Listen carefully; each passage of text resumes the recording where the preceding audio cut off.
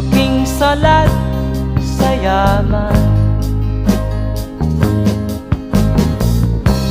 Maagang nawala si ama. Ang ina ko na may mahina na,